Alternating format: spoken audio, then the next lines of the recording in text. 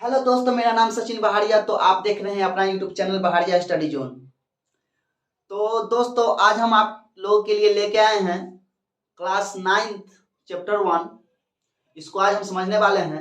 तो चलिए बिना देरी के हुए चलते हैं हम सीधे आगे। तो इससे पहले अगर आप मेरे चैनल पर नए हैं तो प्लीज चैनल को सब्सक्राइब कर दीजिए, ताकि मैं जब भी कोई वीडियो अपलोड करूं तो उसका नोटिफिकेशन आप तक सबसे पहले पहुंच जाए। तो चलिए बिना बात किए हुए चलते हैं हम सीधे आगे की ओर। तो यहाँ पर क्लास 9th में पहला चैप्टर जो है प्रश्नावली 1.1, जिसमें दिया हुआ है पहला क्वेश्चन, क्या शून्य एक परमेय संख्या है? क्या इसे आप p बटा q के रूप में लिख सकते हैं, जहां p और q पूर्णांक हैं और q equal to not zero है। तो चलिए हम समझते हैं कि क्या शून्य एक परमेय संख्या है। इसे आप p बटा q के रूप में लिख सकते हैं, जहां p और q पूर्णांक हैं और q equal to not zero है। तो हम सबसे पहले बतलाए थे, कुछ संख्या पढ़ाए थे, वो अगले वीडियो में है, आप लोग उसको देख लीजिएगा। तो यहाँ पर हम सबसे पहले समझते हैं कि शून्य एक परमेय संख्या है कि नहीं है।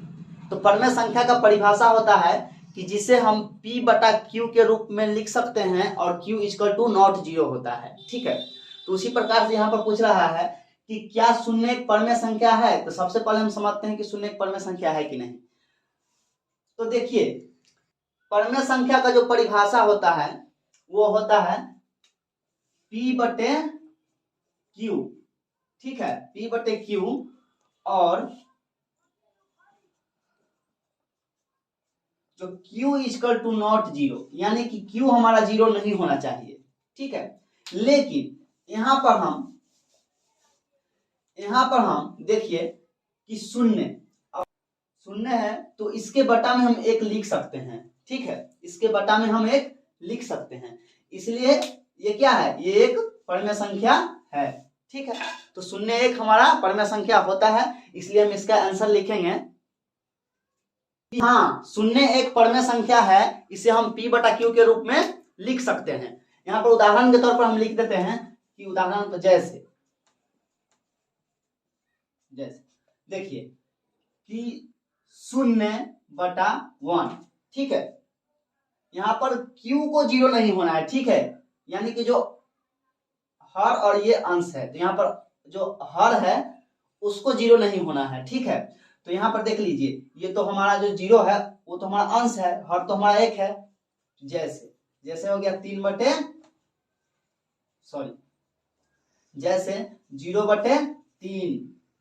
0/4, इस तरीका से हम लिख सकते हैं। ठीक है, तो इसको हम समझ लिए। चलिए अगला क्वेश्चन पर। तो यहाँ पर दूसरा क्वेश्चन दिया गया है कि 3 और 4 के बीच में 6 परमेय संख्या ज्ञात कीजिए। तो चलिए इसको भी हम समझते हैं। तो चलिए हम दूसरा क्वेश्चन देखते हैं। तो यहाँ पर दूसरा क्वेश्चन में दिया गया है कि 3 और 4 के बीच 6 परमेय संख्या ज्ञात कीजिए। ठीक है, तो परमेय संख्या ज्ञात करने के लिए हम कुछ ट्रिक का प्रयोग करते हैं। ठीक है, इसका कुछ नियम होता है। तो चलिए हम परमेय संख्या को किस तरह से ज्ञात करते हैं उसको आप लोग भी समझिए। तो सबसे पहले हम इसको क्या करेंगे कि ये 3 है और बट्टे में हम इसको 1 लिख देंगे। ठीक है, उसके बाद और क्या है 4, तो उसके बाद फिर हम 4 बटे में 1 लिख देंगे। उसके बाद हमको कितना परमेय संख्या निकालना है, तो हमको 6 परमेय संख्या निकालना है। तो 6 परमेय संख्या हमको निकालना है, तो इसमें हम क्या करेंगे कि इसके हर एवं अंश में, यहाँ पर 6 है तो हम 7 से गुना करेंगे। ठीक है, जो इसके हर एवं अंश में यहाँ पर 6 परमेय संख्या निकालने के लिए कह रहा है, तो हम यहाँ पर 7 से गुना कर देंगे। मतलब बात को समझिए। अभी हम यहाँ पर लिख भी देते हैं कि इसके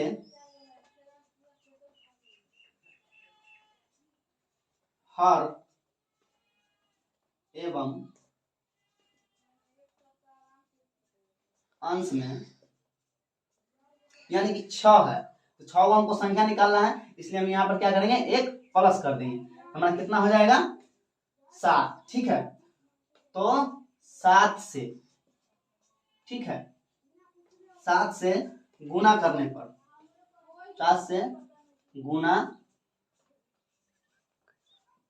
करने पर, ठीक है, इसके हर एवं अंश में 7 से गुना करने पर, तो ये हमारा अंश है और ये हमारा हर है। ठीक है, तो अब इसमें हम गुना करते हैं 7 से। देखिए कि 3/1 में अगर हम 7 से गुना करते हैं, ठीक है, तो हमारा कितना आता है? 21/7। उसके बाद फिर हमारा 4/1। इसके हर एवं अंश में 7 से अगर गुना करते हैं तो देख लीजिए कितना आएगा? 28/7। तो हमारा कितना आया? 21/7 और एक आया 28/7। तो यहाँ पर हम क्या करेंगे कि 21/7, ठीक है, और 28/7 के बीच की परिमेय संख्या। तो देखिए यहाँ पर हम दोनों के बीच के परिमेय संख्या को लिखते हैं। तो यहाँ पर क्या लिखेंगे? 21/7, ठीक है, उसके बाद 22/7, उसके बाद 23, उसके बाद 24/7, 25/7 और 26/7, उसके बाद 27/7 और उसके बाद लिख देंगे 28/7। तो यहाँ पर देख लीजिए कि कितने परिमेय संख्या हमको निकालना था। तो हमको 6 परिमेय संख्या निकालना था। तो यहाँ पर देख लीजिए 21/, को छोड़ के और यहाँ तक गिन लीजिए कि कितना होता है। तो 1 2 3 4 5 6। तो यहाँ पर हमारा 6 परिमेय संख्या निकल चुका है, ठीक है। तो ये पहला तरीका था। एक तरीका और है जिससे हम परिमेय संख्या ज्ञात कर सकते हैं। तो चलिए उसको भी हम समझ लेते हैं। तो चलिए कि एक सूत्र है, उसके माध्यम से हम इसका जो परिमेय संख्या होता है उसको निकालते हैं। तो इसका जो सूत्र है वो है R + S/2, ठीक है। अब इस पर हम क्या करेंगे? इस पर हम संख्या को बैठा देंगे। तो हमारा R हो गया, मान के चलिए 3, ठीक है, 3 + 4/2, ठीक। अभी दोनों को हम जोड़ देंगे। जैसे ही दोनों को जोड़ेंगे तो हमारा कितना आ जाएगा? 7/2, ठीक है। तो ये हमारा निकल गया पहला परिमेय संख्या, ठीक है। और दूसरा परिमेय संख्या निकालने के लिए हम क्या करेंगे? इसको और इसको, ये हमारा R हो जाएगा, ठीक है, ये फिर हमारा R हो जाएगा, और हमारा जो S है ये हमारा ये दूसरा परिमेय संख्या जो होता है वो हो जाता है, ठीक है। समझ रहे हैं बात को? तो दूसरा परिमेय संख्या निकालेंगे इसी तरीका से। देखिए यहाँ पर हम क्या करेंगे? R बराबर में कितना है? 3 अब प्लस 7/2, अब बट्टे में क्या हो जाएगा? 2। अब इन दोनों का एलसीएम लेंगे तो कितना हो जाएगा? मान के चलिए यहाँ पर 1 लगा देंगे, ठीक है। तो हमारा कितना निकल के आ जाएगा? यानी कि 2 और उसके बाद 6 + 7, ठीक है। उसके बाद बटे 2, ठीक है। उसके बाद क्या करेंगे कि 7 6 कितना होता है? 13 बटे कितना आ जाएगा हमारा? 2, बटे में 2, ठीक है। तो यहाँ पर देख लीजिए कि हमारा कितना आया है? 13/2 बटे में 2। अब आप लोग कंफ्यूज हो जाइए कि यहाँ पर क्या करना है। तो यहाँ पर कुछ नहीं करना है, यहाँ पर बटा में कुछ नहीं है। तो यहाँ पर हम क्या कर देंगे कि बटे में 1 लगा देंगे, ठीक है। जब बटे में इसको 1 लगा देंगे तो ये हमारा क्या है? ये हमारा भाग में है, ठीक। तो इसको अब हम पलट देते हैं गुना में। तो यहाँ पर इसको हम गुना में बदलेंगे। देखिए किस तरह से बदलाएगा। यहाँ पर 13/2, ठीक है। और जैसे गुना में बदलेंगे तो इसका जो है हर ऊपर चला जाएगा और अंश नीचे आ जाएगा। तो यहाँ पर क्या हो जाएगा? गुने 1 चला जाएगा हमारा ऊपर और 2 हमारा आ जाएगा नीचे। तो फिर यहाँ पर देख लीजिए कितना आ जाएगा, यानी कि 13 कम 13 और 2 दूना 4, 13/4। ये क्या है? ये हमारा दूसरा परिमेय संख्या है, ठीक है। ये हमारा दूसरा परिमेय संख्या है। और अगर हम तीसरा परिमेय संख्या निकालना चाहेंगे तो उसको भी हम इसी प्रकार से, इसी तरीका से बना लेंगे, ठीक है। तो 2 नंबर का आंसर हो गया कि 21/1 से लेके 28/1 तक, ठीक है। इसमें 6 परिमेय संख्या हमारा निकल चुका है। ये पहला तरीका से निकाले हैं। अगर आप लोग तो तीसरा क्वेश्चन है कि 3/5 और 4/5 के बीच 5 परिमेय संख्या ज्ञात कीजिए। तो चलिए इसका भी परिमेय संख्या हम निकाल लेते हैं। तो चलिए यहाँ पर तीसरा प्रश्न हमारा कहता है कि 3/5 और 4/5 के बीच 5 परिमेय संख्या ज्ञात कीजिए। तो इसको भी हम उसी तरीका से निकाल लेंगे, ठीक है। तो इसको भी चलिए हम उसी तरीका से निकाल देते हैं कि देख लीजिए, यहाँ पर भी हम उसी तरीका से लिख देंगे 3/5, ठीक है, और हमारा कितना है 4/5। निकालना कितना है परिमेय संख्या 5। तो 5 निकालना है, तो इसलिए हम क्या करेंगे कि इसके हर एवं अंश में, हर एवं अंश में 5 निकालना है, इसलिए क्या करेंगे 5 + 1 यानी कि 6 से गुणा कर देंगे, ठीक है। गुणा करने पर ठीक है, 6 से गुणा करने पर। अब देख लीजिए इसके हर एवं अंश में हम 6 से गुणा करते हैं, तो हमारा कितना है वो 3/5, ठीक है, गुणे 6/6 कितना आएगा 36 18/6 ठीक है। दूसरा भी हमारा कितना है 4/5, इसको भी हर एवं अंश में क्या करेंगे 6 से गुणा कर देंगे, 24/30, ठीक है, ये कर दिए। अब क्या करेंगे कि 18/30 और 24/30 के बीच की जितना भी संख्या निकला है उसको हम लिख देंगे। तो यहाँ पर क्या है 18/30 और ठीक है, और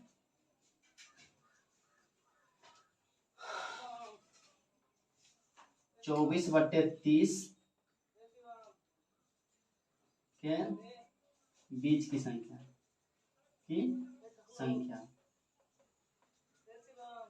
देखिए, बीच की संख्या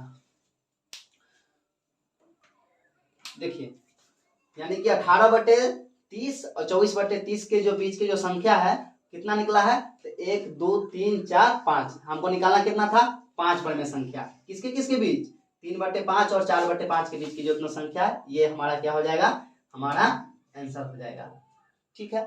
इसको हम समझ लिए। चलिए हम अगला प्रश्न समझते हैं। तो यहाँ पर 4 नंबर प्रश्न हमारा कह रहा है कि नीचे दिए गए कथन सत्य हैं या असत्य, कारण के साथ अपने उत्तर दीजिए, ठीक है। तो चलिए हम इसको भी बतलाते हैं। तो यहाँ पर पहला प्रश्न है, कह रहा है कि प्रत्येक प्राकृत संख्या एक पूर्ण संख्या होती है। तो चलिए इसको भी हम अच्छे से समझते हैं। तो यहाँ पर 4 नंबर में दिया गया है कि नीचे दिए गए कथन सत्य हैं या असत्य, कारण के साथ अपने उत्तर दीजिए। तो यहाँ पर बतला रहा है कि प्रत्येक प्राकृत संख्या एक पूर्ण संख्या होती है, ठीक है। तो यहाँ पर देखिए पूछ रहा है कि यहाँ पर देखिए कि पूछ रहा है कि प्रत्येक प्राकृत संख्या एक पूर्ण संख्या होती है। तो देख लीजिए, अब प्राकृत संख्या क्या होता है वो तो हम पिछले वीडियो में पढ़ा चुके हैं, अगर नहीं जानते हैं तो एक बार फिर से समझ लीजिए कि प्राकृत संख्या जिसको 1 से शुरू होता है, ठीक है, 1 2 3 ये सब क्या, ये सब हमारा प्राकृत संख्या होता है। और पूर्ण संख्या होता है जो 0 से शुरू होता है, ठीक है। तो ये हमारा कौन होता है, पूर्ण संख्या होता है। 0 से शुरू होने वाला संख्या पूर्ण संख्या होता है। तो यहाँ पर पूछ रहा है कि प्रत्येक प्राकृत संख्या एक पूर्ण संख्या है। तो देख लीजिए कि मान के चलिए कि 1 2 3 ये हमारा क्या है प्राकृत संख्या, ठीक है, ये हमारा प्राकृत संख्या है, ठीक है। और जो हमारा है 0 1 2 3 ये हमारा क्या है, ये हमारा है पूर्ण संख्या। तो आप ध्यान से देखिए कि पूछ रहा है क्या कि प्रत्येक प्राकृत संख्या एक पूर्ण संख्या होती है। तो यहाँ पर देख लीजिए प्राकृत संख्या तो 1 है, लेकिन पूर्ण संख्या कौन है, पूर्ण संख्या 0 से लेके 0 से स्टार्ट होता है। इसलिए हमारा आंसर क्या हो जाएगा कि हाँ प्रत्येक प्राकृत संख्या एक पूर्ण संख्या होती है। अब पूछा है कि कारण के साथ उत्तर दीजिए, तो इसलिए हम यहाँ पर बोलेंगे क्योंकि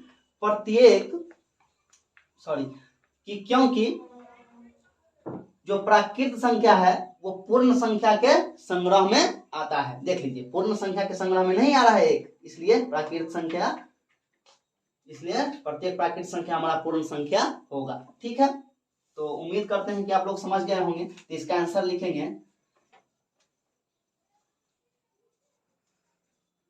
कि हाँ प्रत्येक प्राकृतिक संख्या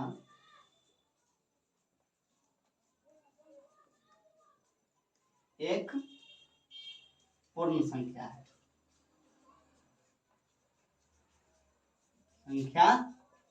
है, ठीक है, क्योंकि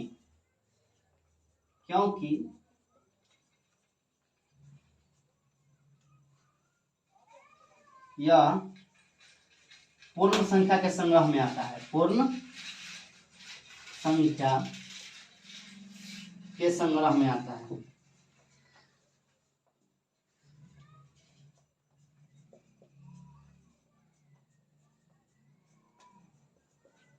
ठीक है, तो यहाँ पर लिखते हैं कि हाँ प्रत्येक प्राकृतिक संख्या एक पूर्ण संख्या है क्योंकि यह पूर्ण संख्या के संग्रह में आता है। ठीक है, तो चलिए हम दूसरा क्वेश्चन देख लेते हैं क्या है।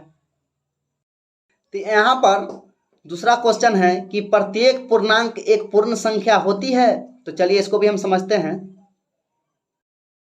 तो चलिए यहाँ पर दूसरा क्वेश्चन है कि प्रत्येक पूर्णांक एक पूर्ण संख्या होती है। तो चलिए इसको भी हम समझते हैं कि पूर्णांक क्या होता है, और पूर्ण संख्या तो अभी हम समझ लिए हैं, लेकिन पूर्णांक क्या होता है ये भी हम अभी आपको बतलाते हैं। तो देखिए कि पूर्ण संख्या होता है क्या, 0 1 2 3 4, ये सब हमारा क्या है, ये सब हमारा है पूर्ण संख्या। ठीक है, ये सब हमारा है पूर्ण संख्या। उसके बाद जो हमारा पूर्णांक होता है, पूर्णांक किसको बोलते हैं, तो पूर्णांक होता है जिसमें हमारा एक यानी कि एक से शुरू होने वाला संख्या जो प्राकृतिक संख्या होता है वो भी शामिल होता है।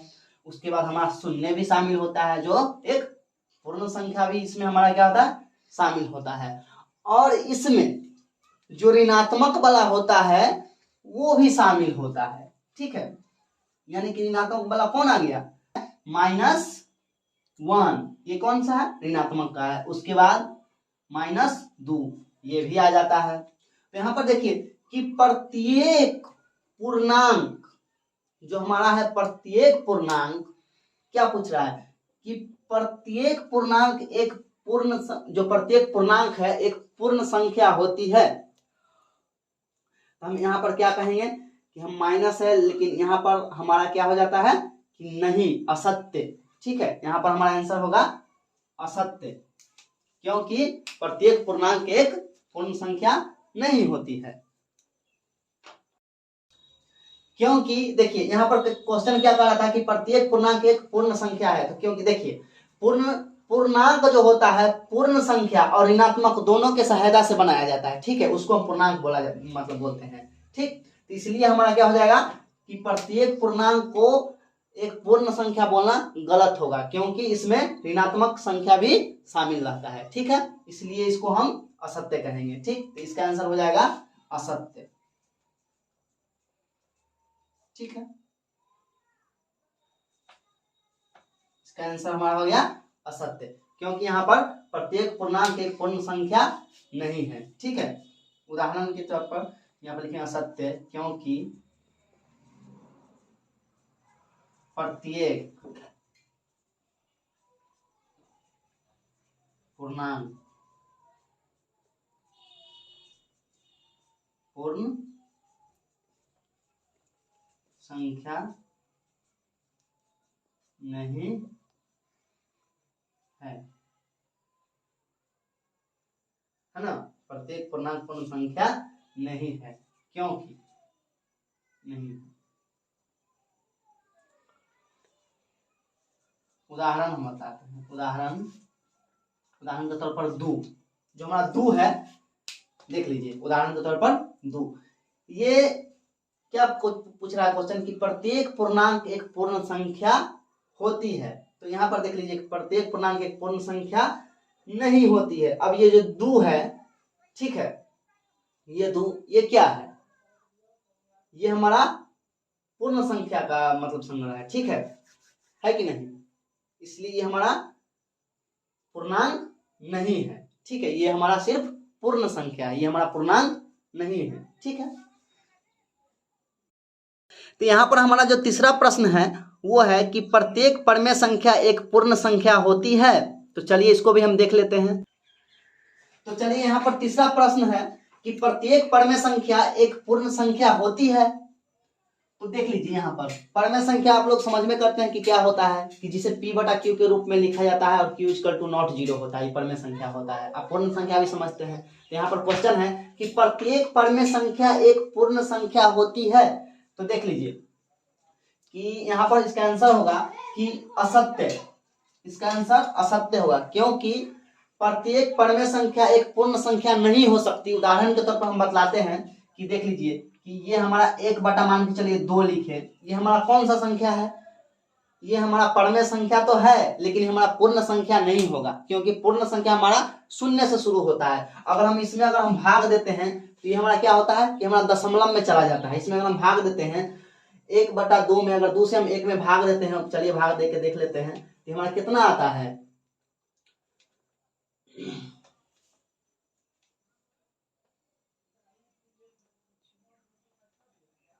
यानी कि 0.5 आता है। ठीक है, तो ये हमारा क्या है, ये हमारा पूर्ण संख्या नहीं है। ठीक है, तो इसलिए हम यहाँ पर लिखेंगे इसका आंसर, इसका आंसर हम लिखेंगे असत्य। असत्य कि प्रत्येक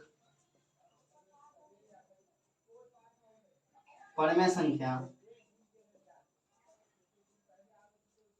प्रत्येक परमेय संख्या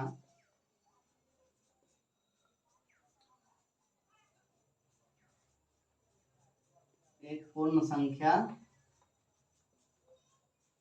नहीं है। ठीक है, अब उदाहरण के तौर पर, उदाहरण 1/2, 3/7, उसके बाद 5/7। अब इसको हम भाग देंगे तो ये हमारा पूर्ण संख्या नहीं होगा। ठीक है, ये हमारा परमेय संख्या है लेकिन हमारा पूर्ण संख्या नहीं है। ठीक है,